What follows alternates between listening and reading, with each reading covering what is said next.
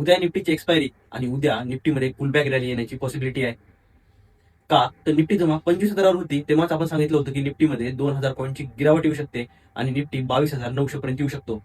आणि त्या आपल्या पहिल्या लेवलला 22,900च्या निफ्टी आज आली. त्या एरियामध्ये गॅप होता, तो आज निफ्टीनं बऱ्यापैकी फिल केलाय आणि तिथून आज रिव्हर्स झालेली आहे. त्याच्यामुळं जोपर्यंत आता 22,920चा लेवल तुटणार नाही तोपर्यंत आपल्याला निफ्टीमध्ये फ्रेश गिरावट बघायला नाही भेटणार. आणि 22,920चा जर लेवल तुटला तर आपल्याला 22,750 आणि त्याच्यानंतर 22,580 हे खालच्या साईडला 3 लेवल फार महत्वाचे राहणार आहेत. आणि वरच्या साईडला 23,500 आणि जर निफ्टी त्याच्यावरती निघाली तर 23,640 आणि 23,775 हे 3 लेवल सुद्धा उद्यासाठी आपल्याला फार महत्वाचे आहे.